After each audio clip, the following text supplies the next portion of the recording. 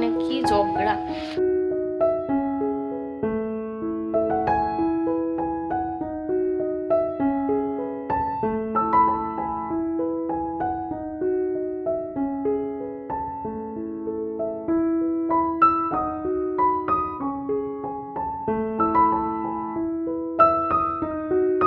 Hello everyone, Radhe Radhe, good morning. কেমন আছো তোমরা সবাই? আরেকটা নতুন ব্লগে তোমাদের সবাই অনেক ভালোবাসার ওয়েলকাম জানাই। আজকে ব্লগটা শুরু করলাম আর এখন ঘড়ির কাটায় সময় হইতেছে মোটামুটি 10:30। তো আজকে ব্লগটা এখান থেকে শুরু করলাম।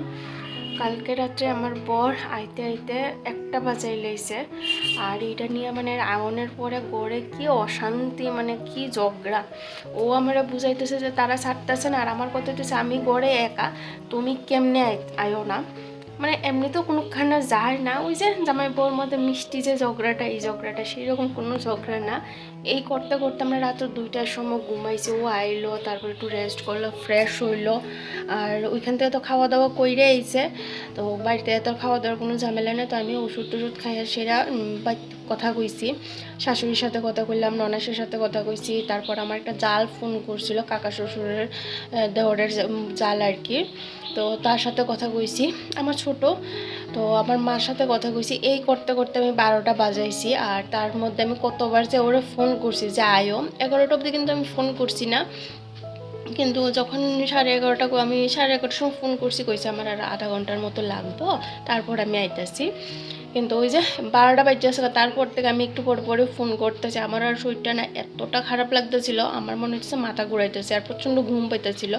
যেহেতু আমি আজকে 2 দিন ধরে দুপুরে ঘুমাই না, তো ওই যে মোটামুটি 10:30 11টার মধ্যে আমার ঘুম পাইয়া যাগা। কারণ 10:30টার সময় একটা ওষুধ আছে, ওষুধ খাইয়া ভাত খাইয়া তারপর কিন্তু 11টার মধ্যে বিছনার জায়গা। তো ও কালকে আইতাছিল না। আর এটা নিয়ে আমার এত রাগ উঠতেছিল, শরীরে ভালো লাগতেছিল না। মোটামুটি ধরো 10:30 11টা অবধি ভালোই আছিলাম, তারপর না আর ভালো লাগতেছিল না। এর মধ্যে একবার হয়ে গেছে বমি। একলা ঘরের মধ্যে বুঝতেই পারো যদি কিছু হয়, তো আমি তারা ফোন করে কোনের মতো মানুষ নাই। আর আমি যদি নাই কইতে পারি তখন কি পরিস্থিতি হইব। ওইখানে অনেক নার্স আসছিল, তার সাথে একজন ডাক্তার আসছিল। তো ওই ডাক্তারটা একটা ট্রিট দিছিল তারা। ডাক্তার হইতেছে মানে অর্থোপেডিক আর কি। তো সেই ডাক্তারটা 2 দিনে প্রায় 4 লাখ টাকার মতো অপারেশন করছে, মানে কামাই করছে। তো ওই উপলক্ষে সবাই মিলে ধরছে যে একটা ট্রিট দেন। তো ওই যে ফাইনাল হইল, 2-3টা ডেট ওই হয়েছে, কিন্তু তারা ছুটি পাইতেছে না, সবাই একসাথে হইতে পারতেছে না, কারণ সবার ছুটি তো আর এক লোক হয় না, এরকম আর কি। তো সব কিছু মিললা কালকে রাত্রে ফাইনাল হইলো যে তারা ওই ধরো আমার বর গেছিলো 6টার দিকে। তোমরা তো দেখতেই পাইছিলে, আমি চাটা কইরা দিছি, আমি নিজেও খাইছি, মুড়ি মাখা করছিলাম। তো ও গেছে 6টার দিকে, আইসে রাত্র 1টার সময়।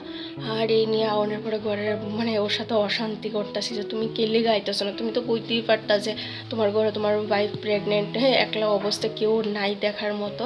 তো ও কইতেছে আমি কইতাছি, কিন্তু তারা আমার কোনোভাবেই ছাড়তেছে না, না খাওয়াই আইতো না। আর ওই যে বুঝতেই পারো পুরুষ লোক এখানে হইলে কত ধরনের কথা, কত টপিক নিয়ে সেরা কথা হম। তো এই করতে করতে 1টা বাজাই লিখছে। তো যাই হোক, ওর সাথে একটু ঝগড়া টগড়া কইরা ঘুমাইছি গিয়ে সেরা। রাত্রেবেলা প্রচণ্ড পরিমাণে বৃষ্টি হইছে, ওই ধরো তখন 3টা বাজে। আর সকালের অবস্থা তোমাদের দেখায়, দেখো কি পরিমাণ রৌদ্র। মানে কেউ দেখলে বুঝতেই পারতো না যে কালকে রাত্রে এত বৃষ্টি হয়েছে। সকালবেলা মানে প্রচণ্ড রৌদ্র উঠে গেছে। আর এত রৌদ্রে তা বাইরে যাওয়াই যেতেছে না, মানে কোনোভাবে বাইরে যেতে পারতেছি না। তো ওর আজকে ছুটি আছে, তো ও গেছে একটু বাজারও টুকটাক। কখন তো মাসের শেষ না, বুঝতেই তো পারতেছ, কিছু তো জিনিসপত্র আনতেই লাগাচ্ছে। যেই জিনিসগুলি রান্না করে একদমই নাই, এই জিনিসগুলি আনতে গেছে। আর একটু পনির আনবো, মাছ মাংস আনাই না, কারণ ওই যে মাছের গন্ধ, মাংসের গন্ধ আমার কোনোভাবে সহ্য হয় না। তো কইতেছি মাছ মাংস এখন বাদ দাও, ওইটা আনার লাগতো না, একটু পনির লিও। খাওয়ানোর মধ্যে একটু পনিরটাই আমার ভালো লাগে আর কি, মানে খাইতে পারি যেটা তৃপ্তি করে সেটা। তো ওই যে পনিরটাই ও আনতো গেছে। তো এইদিকে আমি ঘরের সকালের বাসি কাজকর্ম সারলাম, যেমন ঘর ঝাড়ু দেওয়া আর কিছু জামা কাপড় আসলো, এগুলো বাইরে মেললা দিয়েছি। আর এদিকে হইতেছে সামনে জল দিলাম, বাসন আসলো, বাসনগুলি মাজলাম। আমিও ঘুম থেকে আজকে দেরি করেই উঠছি ওর সাথে। তো চলো, এদিকে আমি ঘরে আরও বাকি যে কাজগুলি আছে এগুলি করবো, ও আইলে তারপর রান্না করবো। তো এইদিকে আমি বিছনাপত্র গুছামো, ওখানে কিছু জামা কাপড় আছে এগুলি ভাঁজ করে রাখবো। তো চলো তোমাদের সাথে নিয়ে ব্লগটা শুরু করলাম। জানি একটু বেলা হয়ে গেছে, তো একটু অ্যাডজাস্ট করে নিই, কারণ বুঝতেই তো পারি এখন পরিস্থিতিটা এইরকম যে রাত্রে ঘুমো না, আর ওই যে সকালবেলা দেরি হয়ে যায় আগা। তো এই তো সে অবস্থা। তো চলো এখন কাজে হাত দিয়ে আর কথা কই না, কারণ কথা কইলে দেরি হয়ে যাবে, কাজ করতে লেট হয়ে যায় পোকা। তারপর স্নান আছে, পূজা আছে, তো কাজের তো অনেক অভাব নাই। আর মাত্র হাতে মাত্র ওই ধরো 5 থেকে 6টা দিন আছে, তারপর মা আইব। মা আইলে অনেকটা সুবিধা হয়ে যাবে, আমার এত কিন্তু কষ্ট হইতো না এখন যে কষ্টটা হয়। আর আমার হাঁটতে চলতে না এখন প্রচুর কষ্ট হয় গো, কারণ শরীরটা একটু বাড়ি বাড়ি হয়ে আইতাছে। তো ওই যে একা আর বাড়ি না, একটা হেল্পিং হ্যান্ড দরকার। তো সেটা বাইরের মানুষ তো হইতো না, ঘরের মানুষ ছাড়া। তো চলো তোমাদের সাথে কথা কই, মানে কাজ করতে করতে কথা কই, তাহলে আমার কাজ হয়ে যাবো, তোমাদের সাথে গল্প করো হইব। তো সঙ্গেই থাকো। গতকালকে রাত্রে যেহেতু দেরি করে ঘুমাইছি, ঘুম থেকে উঠতেও কিন্তু অনেকটা বেলা হয়ে গেছে। আর আজকে পরে ছুটি আসছিল, এই কারণে একটু জানি না বুঝা দেরি করেই উঠছি। কারণ ওই যে রাত্রে ঘুমটা না হলে সারাদিন তো এমনিও শরীরটা ভালো লাগে না, আর ঘুমটা যদি ঠিকঠাক মতো না হয় তার শরীরটা আরও বেশি খারাপ লাগে। তো ভাবলাম ওর যেহেতু ছুটিই আছে, চলো আজকে একটু বেলা করে ঘুম থেকে উঠে, এত সকাল সকাল ওঠানো বেশি একটা চাপও নিছি না। তো যাই হোক, এদিকে ঘুম থেকে উঠতে সেরে সকালে বাসি কাজকর্ম সাইরা ড্রেসটা চেঞ্জ করে নিছি। তারপরে এই যে ঘরের কাছে এবার হাত দিলাম। রাত্রেবেলা বরের সাথে যেহেতু একটু মন কালাকালি হয়েছে, আমার না প্রচণ্ড রাগ উঠতেছিল। ও এতটা লেট করে আইছে, এতটা লেট করার কথা ছিল না, সাধারণত কোনোখানে যায় না, কিন্তু গেলে যে আইতে চায় না, এই জিনিসটা আমার খুব রাগ হয়। এখন তো পরিস্থিতিতে অনেকটাই চেঞ্জ হয়েছে, তাই না? এখন তো আর আগের মতো না যে আমি খালি গড়ে থাকলেও কোনো কিছু না, এখন কোয়া যায় না কখন কী হয়ে যাবে। বিশেষ করে সন্ধ্যার পর থেকে শুরু হয় আমার শরীর অশান্তি, প্রচুর ইভিনিং সিকনেস হয় গো। তখন একটা মানুষ লাগে, ঘরে থাকলে মনের মধ্যে একটা শান্তি থাকে যে আসে কিছু হইলে অন্ততপক্ষে আমরা দৌড়তে তো পারবো। আর ওই যখন বমিটিং ফিল হয় তখন তো আমার দইরা দইরা নিতে লাগে। দিন দিন তো শরীরটা একটু বাড়ি হয়ে আইতেছে, তাই না? কারণ 4 মাস বইরা গেছে গা। এখন আমি একটু হাঁটাচলা করলেই না আমার প্রচুর ক্লান্তি লাগে। আমি বেশি একটা মানে বেশিক্ষণ দাঁড়ায় কাজ করতে পারি না, একটু কাজ করলে আমার একটু বইতে হয়। তোমরা দেখতেই পাও আমি এক নিঃশ্বাসে কাজ করি, আসলে এইরকম না, কিন্তু এই যে একটু কাজ করি, একটু বই, তারপর আবার কাজ করি, কারণ শরীরটা না এখন বেশি ক্লান্ত হয়ে যায় তাড়াতাড়ি হয়ে। তো একটা হেল্পিং হ্যান্ডের দরকার, সেটা বাইরের মানুষ দিয়া হইতো না। আমি আমার হাজব্যান্ডের কইতাছিলাম, তো কইতেছে একটা কাজের লোক রাখা দিই তোমারে। তো ওই যে কাজের লোক রাখা মানে আরেকটা বড় চাপ, সেই লোকটা রাখবো, তার পিছে আবার ছুটাছুটি করানো, এবার জানি না মানুষটা কীরকম হইব। তো কারুরে দিয়া না নিজের সংসারে কাজ করে সেই রকম তৃপ্তি পাওয়া যায় না যতটা নিজের হাতে করে সেটা তৃপ্তি পাওয়া যায়। তো এই কারণে আর আমি হেল্পিং হ্যান্ড রাখিও না।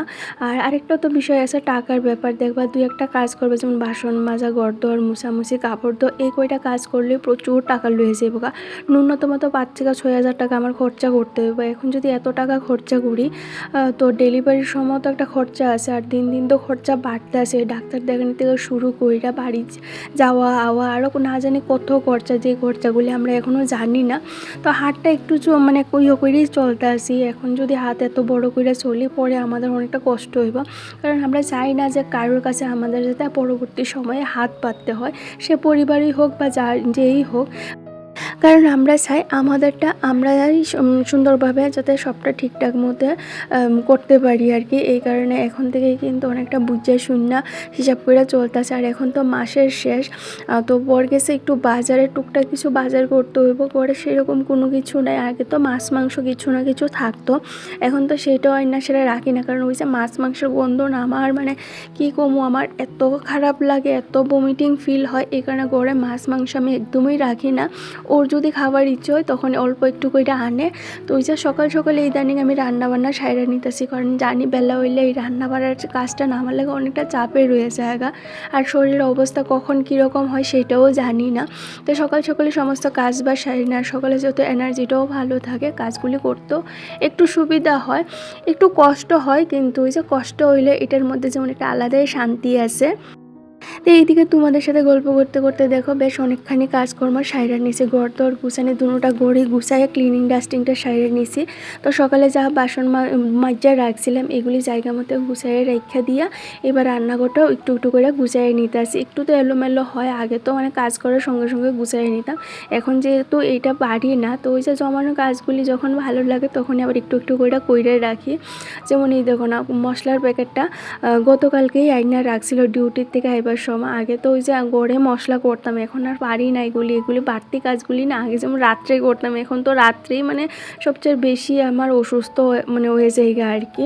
তো ওই যে সকালবেলা এই কাজগুলি করে রাখি। তো জিরার প্যাকেট আর এখানে সাবান ছিল, তো এইটা আমি জিরাটা ডাইলা রাখলাম, সাবানটা নিয়ে সেটা বাথরুমে রাখছি। এই ছোটো ছোটো জিনিসগুলি না এখন মাথার থেকে বাইরে হয়ে যায়, কারণ মাথার মধ্যে এখন অনেক অনেক চিন্তা। সবচেয়ে বড় চিন্তা হইতেছে আমার নিজের সবসময় ভালো রাখতে হইব, নিজের প্রত্যেকটা পাও যাতে আমি একদম গন্যা ফালাই, যাতে 19 থেকে 20 না হয়। যদি পইরা জায়গা তাইলে মানে বড় একটা বিপদ হয়ে যাইব আর কি। তো এই কারণে অনেকটা হাসতেই চলাফেরা করি, প্রত্যেকটা কদম কিন্তু একদম গন্যা ফালাই, কারণ একলা করে বুঝতেই পারো কেউ হইলে ধরার মতো কেউ নাই। তো হাতে মাত্র আর 2-3টা দিন, তারপরে মা আইব। তো মা আইলে অনেকটা আমি মানে শান্তির নিঃশ্বাস পালাইতে পারবো, অনেকটা সুবিধা হয়ে যাবো গা। আর সারাদিন ঘরে থাকতে থাকতে না মন মেজাজ অনেকটা খারাপ হয়ে যায় গা। তো মা আইলে একটু বাইরে লইয়া যেতে পারবো, মার সাথে একটু বাইরে হাঁটাচলা করলে মনটাও ফ্রেশ থাকে। আর ডাক্তার তো কইয়েই দিছে সবসময় হাসি খুশি থাকতে, সবার সঙ্গে কথা কইতে, গল্প করতে, একা যাতে না থাকি, বেশি ফোন না ঘাঁটি, সবসময় হাসি খুশি পরিবারের সাথে থাকার। তো পরিবার বলতে তো এখানে কেউ নাই, আমরা এই যে টুনি দুইজনই। তো ওর তো ডিউটি আছে, সেইটাও তো করতে হয়, সেটা ফালায় তো আর আমার সাথে বয়ে থাকলে হইতো না, বা আমার পিছে সময় দিলে হইতো না, কারণ এইটা দিয়ে আমাদের সংসার চলতে আছে। আর এই তো মাসের শেষ, এখন একটু বাজার করার না করলে হইতোই না, তো এই কারণে একটু বাজার করতে গেছিলো। তো মাছ মাংস যেহেতু আমি একদমই খাইতে পারি না, তো এই যে পনিরটাই মানে ভালো লাগে আর কি, আর খাইতেও ইচ্ছে করে। তো 2 দিন পর পরে পনিরটা আনাই, গড়াই না রাখি না, কারণ ফ্রিজের খাওয়ার ভালো না। ডাক্তারে কয়ে যে যতটা পারো ফ্রেশ খাওয়ার চেষ্টা করবা, ফ্রিজে বেশি একটা জিনিস রাখা সেটা খাইও না। তো এখানে পনিরটা অন্ততপক্ষে আমি ফ্রেশ হই না, ফ্রেশ মানে যেদিন আনি সেই দিনই রান্না করে লাই, আবার যখন খাইতে ইচ্ছে করে আবার আনি। তো এদিকে দেখতেই পেলে টুকটাক কিছু বাজার আসছিল, সেই বাজারগুলি গুছাইয়ে রাখলাম। আর মাসের শেষ, ওখানে চালটাও বাড়তি হয়ে গেছে গা। এতদিন তো বাড়ি থেকে যে চালটা আনছিলাম এইটা দিয়েই চলতেছিল। আর গরমের দিন সিদ্ধ চালটা না তাড়াতাড়ি নষ্ট হয়ে যায় গো, ভাত করলে অন্তত 2 দিন না এরকম ভাত করে রাখছি, রাত্রেবেলা যখন খাইতাম গেছি গিয়ে দেখি ভাতটা নষ্ট হয়ে গেছে গা। তো সিদ্ধ চালটাও শেষ হয়ে গেছে গা। তো ওই যে চাল করে একদমই বাড়তি, তো অল্প করে একটু চাল আনাইছি।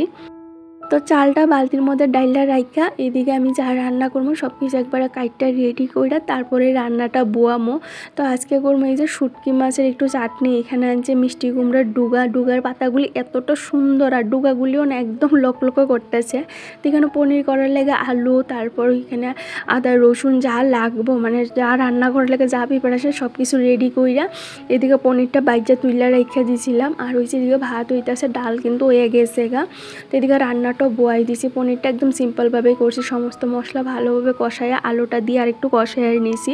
তো আর একটু ভালো করে কষাইয়া সেরা তারপর পনিরটা আমি কিন্তু বাইজা জলে ভিজাইয়ে রাখছিলাম। এভাবে করলে না পনিরের ভিতরের জায়গাটা আর কি অনেকটা কিন্তু নরম থাকে। তো এদিকে আমার ভাতও হয়ে গেছে গা। তো এই তো এখন পনির তরকারিটার নামে তারপর শুটকি মাছের যে চাটনিটা আছে এইটা করবো। যে পাতাগুলি না এতটা সুন্দর, একটু চাটনি করো ঝাল ঝাল করে, তোমারও খাইতে ভালো লাগবো। আর অনেকদিন এসে শুটকি মাছের চাটনি খাওয়া হয় না। তো চলো রান্নাটা করতে করতে কয়েকটা দিদিভাইয়ের কমেন্টের রিপ্লাই দিই। তো একটা দিদিভাই আমার কমেন্ট করছিল যখন আমি তোমাদের গ্রহণের ভিডিওটা শেয়ার করছিলাম, সেই ভিডিওটার মধ্যে দিদিভাই কমেন্ট করছে যে আমি মানে কমেন্টটা না করে পারলামই না, আমি এত কম পড়াশোনা করে কুসংস্কার মানি, মানে গ্রহণ জিনিসটা মানি। দিদিভাইও 2 সন্তানের মা, দিদিভাই এতটাও মানে না। এখন আমার হচ্ছে ঠাকুরের নাম নেওয়া দরকার, আমি বারবার খালি রাধা মাধব কই, রাধারানী কই, তো আমার নাম জপ করা দরকার, আর ঠাকুরের উপর বিশ্বাস রাখা দরকার। দেখো আমি কুসংস্কার মানি না, কিন্তু এইটুকুনি মানি যেটা আমার সন্তানের ভালো হইব, যারা আমি কোনোদিন দেখছিও না তার ভালোর লাইগা আমার যে এখন যেটা কইতেছে আমি সেই জিনিসটাই মানি। এটা কুসংস্কার করে না, এটা কয় বিশ্বাস। তুমি যতই শিক্ষিত হও বা যাই হও, দেখবা যখন বিপদে পড়বা তখন কিন্তু ঠাকুরের নামও স্মরণ করো। তো আমার মনে হয় ঠাকুরের নাম বিপদে পড়লে কিলিকে স্মরণ করতাম, যখন আমি ভালো থাকি তখন কিলিকে আমি ঠাকুরের নাম স্মরণ করতাম না। এই কারণে আমি সবসময় আমার রাধা মাধব বা রাধারানীর নাম স্মরণে রাখি, কাজকর্ম করতে করতে হোক বা যখন আমি একলা বয়ে থাকি তখন কিন্তু আমি নাম জপ করি। আমার ঠাকুরের প্রতি বিশ্বাস আসে দিকেই কিন্তু আমি মুখ খুললা কইতে পারি। তো কোয়া মানে এটা না যে কুসংস্কার, আমি বিশ্বাস করি তাই আমি কই। তো যে যেই ঠাকুরে বিশ্বাস করে সে কিন্তু সেই ঠাকুরের কথা অবশ্যই কয়। আর ভালো কথা কইতে কোনো খারাপ কিছু না, রাধারানীর নাম নেওয়া বা ঠাকুরের নাম নেওয়া এটা তো আমাদের কর্তব্য, তাই না? এই যে আমরা দুনিয়াতে আইছি বা আমরা এত সুন্দর জীবনযাপন করতে আসি, সব কিছুর পিছিয়ে কিন্তু ঠাকুরের আশীর্বাদ না থাকলে কোনো কিছুই হয় না। আর এই যে আমার প্রেগনেন্সির জার্নিটা একা একা যে আমি কাটাইতেছি, এইটা একমাত্র আমি বিশ্বাস করি আমার রাধারানী আর রাধা মাধবের লেগে, নাইলে আমি একলা একলা এইভাবে কাটাইতে পারতাম না। কত মানুষ আছে পুরা ফ্যামিলির সাথে থাকেও তাদের সাথে কত কিছু হয়েছে, এইরকম ঘটনা আমি রোজই মোবাইলে দেখি বা আমার বাড়ির থেকে যখন ননাস শাশুড়ি আমার মা ফোন করে এই জিনিসগুলি আমাকে কয়। তো আমি বিশ্বাস করি যে ঠাকুর আছে দিকে আমি একলা চলতে পারতাছি, নাহলে আমি পারতাম না। তো এটা কোনো কুসংস্কার না, আমি বিশ্বাস করি, আমি মানি, আমি সব কিছুই করি। এই কারণে তোমাদের সবসময় করি না, কিন্তু মাঝে মধ্যে তোমাদের সাথে এই জিনিসটা শেয়ার করি। এইখানে যেহেতু আমি আমার ডেইলি লাইফস্টাইল দেখাই, তো আমি কি মানি না মানি কি করি সবটাই তোমাদের সাথে একটু একটু করে শেয়ার করার চেষ্টা করি। এতে যদি তোমরা কুসংস্কার মনে করো, এটা আমার কিছু করার নাই। আমার সন্তানের যেইটা ভালো হইব সেই জিনিসটা কিন্তু আমি করতে বাধ্য। তো যাই হোক, এইটাই ছিল কথা। আর তোমাদের না সকাল থেকে আমি ভিডিওটা শুরু করি, কিন্তু রাত্রেবেলা কিছু দেখাইবার থাকে না, কারণ রাত্রেবেলা আমি সেরকম কোনো কাজবাজ করিও না, কারণ শরীরের অবস্থা একদমই খারাপ। ফোনটা তুললে আছে ভিডিও শ্যুট করবো এটুকু এনার্জি আমার মধ্যে থাকে না বা পরিস্থিতি থাকে না। এই কারণে একদম রাত্রের কাজবাজ তোমাদের সাথে আর আমি কিছু শেয়ার করতে পারি না। তো এদিকে আমি রান্না বাড়া সাইরা, রান্নাঘর পরিষ্কার করে, স্নান সাইরা, ঠাকুর সবাও দেওয়া হয়ে গেছে গা। তো একটা মেডিসিন আছে, এই মেডিসিনটা খাওয়ার পরে ভাত খেয়ে নিয়েছিলাম। আর তারপর এই যে বর আমার একটু ডাবের জল দিছে আর কি। তো এইটা খাইলাম, খাই একটু বইয়া আসছিলাম। এর মধ্যে আকাশটা একদম মেঘলা মেঘলা করে আসতেছে, মনে হচ্ছে বৃষ্টি হইব। আর রাত্রের দিকে না ডেইলি ওই একটু একটু করে সেটা কিন্তু বৃষ্টি হয়, বেশি না হইলে আর প্রচণ্ড ঝড় তুফান উঠে গো। তো যাই হোক, আজকের ব্লগটা এখানে শেষ করলাম। ভালো লাগলে চ্যানেলটা সাবস্ক্রাইব করে লাইক কমেন্ট করে জানাই। আজকের লেগে টাটা।